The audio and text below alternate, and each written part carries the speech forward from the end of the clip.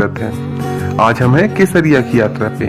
केसरिया बिहार का एक बहुत ही छोटा सा पहले गांव हुआ करता था, जो कि अब बड़ा होकर के कस्बा हो गया है। पहले यहाँ बिल्कुल भी टूरिस्ट नहीं आते थे, लेकिन जब से पुरातत्व विभाग ने यहाँ पे दुनिया के सबसे ऊंचे बौद्ध स्तूप की खोज की है, तब से यहाँ काफी टूरिस्ट आने लगे हैं। हालांकि उन टूरिस्ट में सबसे ज्यादा जो संख्या है वो बुद्धिस्ट कंट्री से आने वाले लोगों की है, जैसे श्रीलंका है, म्यांमार है, थाईलैंड है, लाओस है। इन्हीं देशों से ज्यादातर टूरिस्ट आते हैं। हालांकि अभी भी केसरिया भारत के मुख्य पर्यटन स्थलों में शामिल नहीं है। इसका सबसे बड़ा कारण जो मुझे लगता है वो है इसकी कनेक्टिविटी।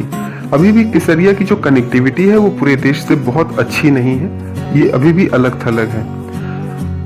केसरिया बिहार की राजधानी पटना से लगभग 110 किलोमीटर दूर है। जो विदेशी टूरिस्ट हैं वो पटना एयरपोर्ट तक बाय फ्लाइट आते हैं और वहां से वो अपने साधन से केसरिया आते हैं और शाम तक वापस चले जाते हैं। इसके अलावा केसरिया का जो सबसे नजदीकी रेलवे स्टेशन है वो है चकिया। अगर आपको चकिया तक डायरेक्ट ट्रेन नहीं मिलती है तो आप मुजफ्फरपुर तक ट्रेन से आ सकते हैं और वहां से आप बाय रोड या बाय ट्रेन चकिया तक जा सकते हैं। चकिया से आपको केसरिया जाने के लिए ऑटो या बस मिल जाती है। चकिया से केसरिया की दूरी लगभग 23 किलोमीटर है। चकिया से केसरिया जाते समय आपको बहुत ही हरा भरा नजारा देखने को मिलता है। सड़क के दोनों ही ओर बहुत ही घने आपको पेड़ दिखाई देते हैं। यहाँ के किसानों की मुख्य आमदनी का स्रोत खेती से ज्यादा बागवानी है, तो यहाँ पे आपको आम और लीची के पेड़ बहुत ही ज्यादा दिखाई देते हैं। तो लीची के पेड़ अगर आपने अब तक नहीं देखे तो आप यहाँ पे देख सकते हैं, और अगर आप उसी मौसम में आएंगे तो ही आपको लीची पेड़ पे दिखेगा, नहीं तो पेड़ खाली मिलेगा आपको।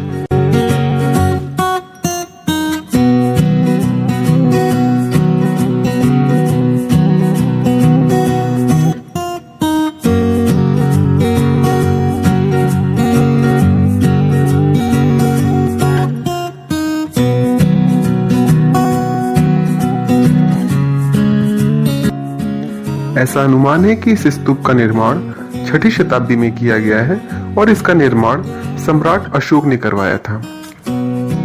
चीनी यात्री फाहियान ने भी इस स्तूप का उल्लेख किया है। उन्होंने बताया था कि जब गौतम बुद्ध महापरिनिर्वाण के लिए वैशाली से कुशीनगर जा रहे थे तो रास्ते में एक दिन उन्होंने यहाँ विश्राम किया था और अपने साथ आए बौद्ध भिक्षुओं को अपना भिक्षा पात्र देख करके यहीं से विदा कर दिया था। फाहियान जब यहाँ आए थे केसरिया तो उस समय भी स्तूप की हालत अच्छी नहीं थी, ऐसा उन्होंने अपनी पुस्तक में उल्लेख किया है। आने वाले समय में इस स्तूप को पूरी तरह से मिट्टी से ढक दिया गया था, जिस पर बाद में पूरा का पूरा जंगल उग गया था। वो अभी भी आधे पोर्शन में जंगल है।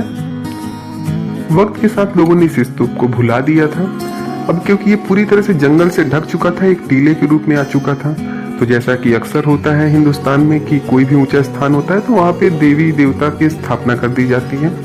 इसके ऊपर भी एक मंदिर की स्थापना कर दी गई और इसको देवला कहा जाने लगा, और आसपास के एरिया के लोग यहाँ पे दर्शन के लिए आने लगे। लोगों में आस्था इस मंदिर को लेकर के काफी हो गई थी। फिर जब 1998 से जब इसकी खुदाई शुरू हुई तो फिर पुरातत्व विभाग ने उस मंदिर को वहां से हटा करके नीचे स्थापित कर दिया है, जो मंदिर आप नीचे देख सकते हैं जब आप यहाँ पे आएंगे तो।